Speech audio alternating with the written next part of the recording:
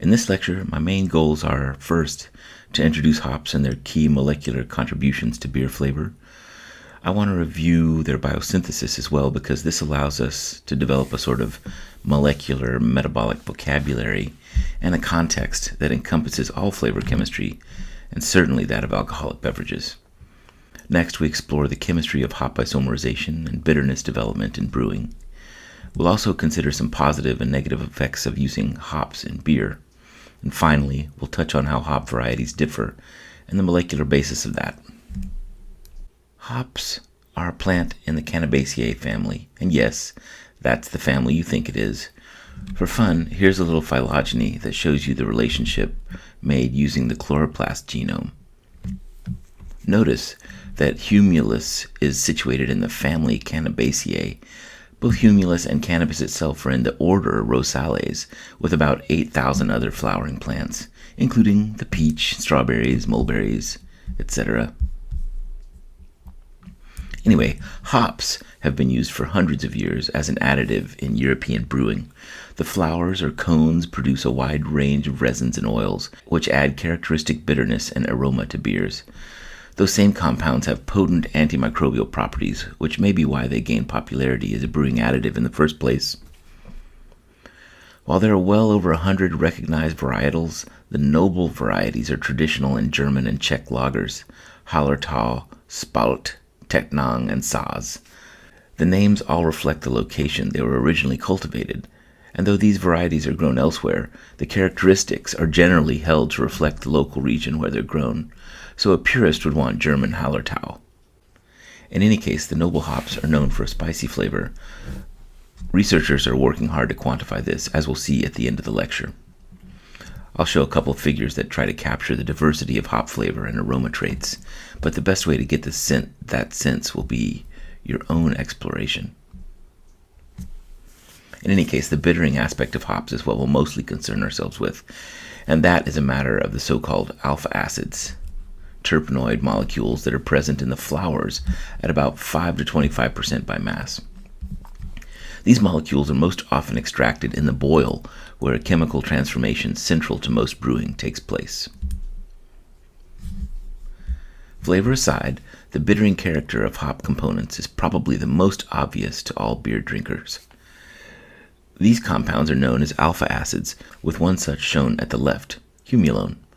The variation of this side chain structure leads to a diversity of hop constituents, but their key trait is their ability to isomerize at high temperature. The products of that reaction are much more bitter, and the boil stage of the brewing process is critical to establishing the desired bitterness. On the right are the so-called beta acids. The key feature of the beta acids is the extra isoprene unit.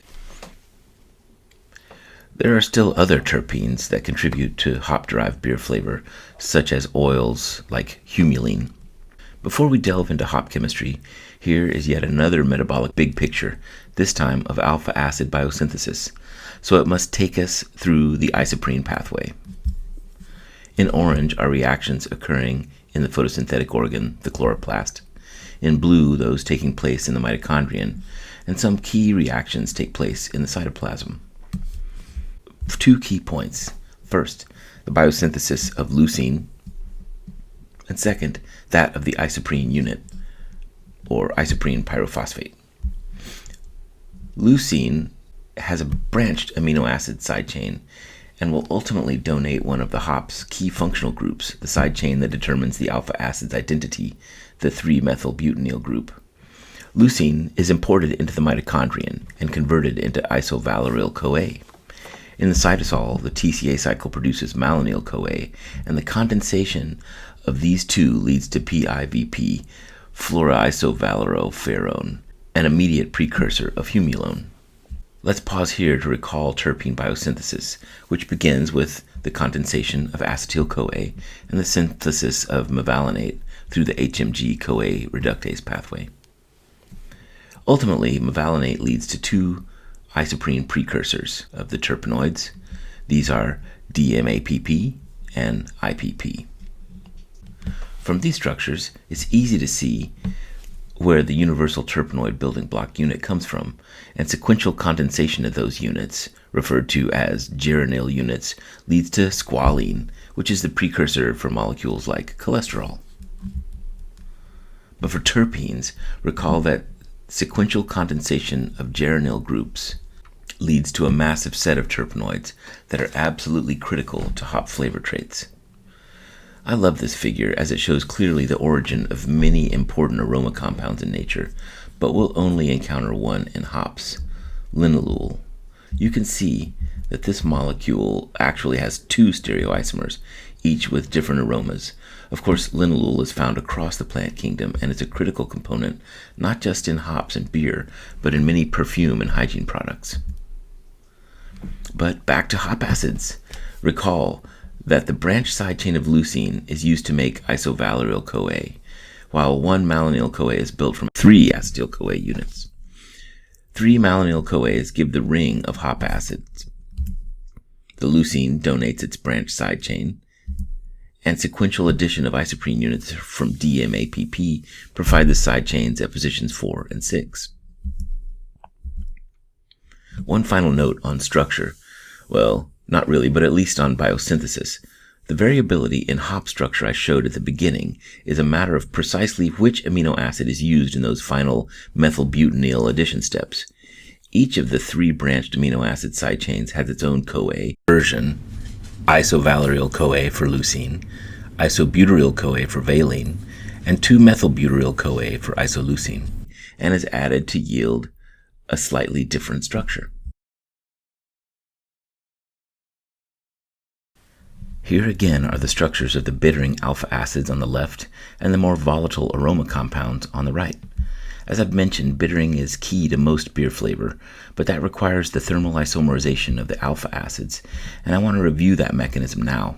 Note that in the beta acid, carbon-6 has a twin isoprene functional groups, and thus cannot support the ring isomerization we're about to see.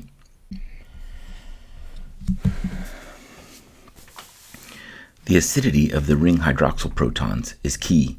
First, deprotonation of carbon-3's hydroxyl leads to delocalization of electrons that supports the deprotonation of the hydroxyl at carbon-5. The intermediate carbonyl carbon is subjected to attack by carbon-1, closing the ring to form the isohumulone.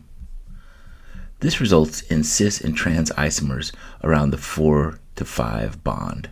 We'll return to this fact in a few minutes, as it has an effect on hop flavor stability. Here we see the HPLC characterization of this isomerization. On the left, we see a beer extract with the isomerized co-humulone and add with cis and trans isomers resolved and eluting first, and later the elution of the unisomerized forms. On the right, we see the quantitation of this as a function of temperature. Note that the unisomerized molecules depopulate more or less rapidly, with a corresponding increase in the isomerized forms. It makes sense, but notice too that the isomerized forms not only form more quickly at elevated temperatures, but they also degrade rapidly. The stability of the isoacids will prove later to be critical in flavor stability. Brewers want to control hop bitterness, and so they use a formula for IBUs that takes into account several key problems. First, the percent by mass of the hop alpha acids. This is just a straightforward percent time quantity calculation pulled straight from Palmer. The problem with the IBU equation is that the utilization side of the calculation is entirely empirical. Hop utilization must take into account the original gravity, and let's stop and notice that the higher the original gravity, the lower and poorer the extraction. This is a complex problem, but if there are no attractive interactions that could make co-solutes more soluble, then the solubility of a compound will generally be lower the more concentrated the other solute is. So again, more sugar means poor hop acid extraction and thus lower utilization. But the utilization calculation has other challenges as well. It must take into account the duration of the hop boil. Typically, brewers will use an empirically derived rule of thumb that must also account for this. The 0.04 is a kind of rate constant that, along with the boil time T, gives the overall utilization shape.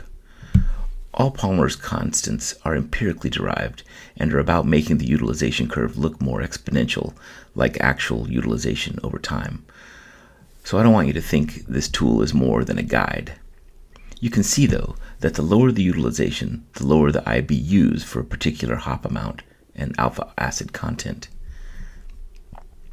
This calculation is assumed to be additive for different hop additions.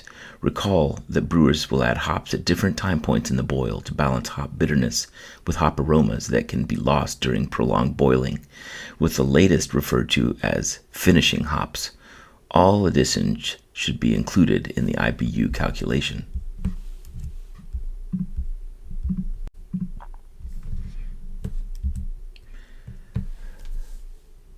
This figure is just to remind you about the style guidelines that shape our expectations for IBUs.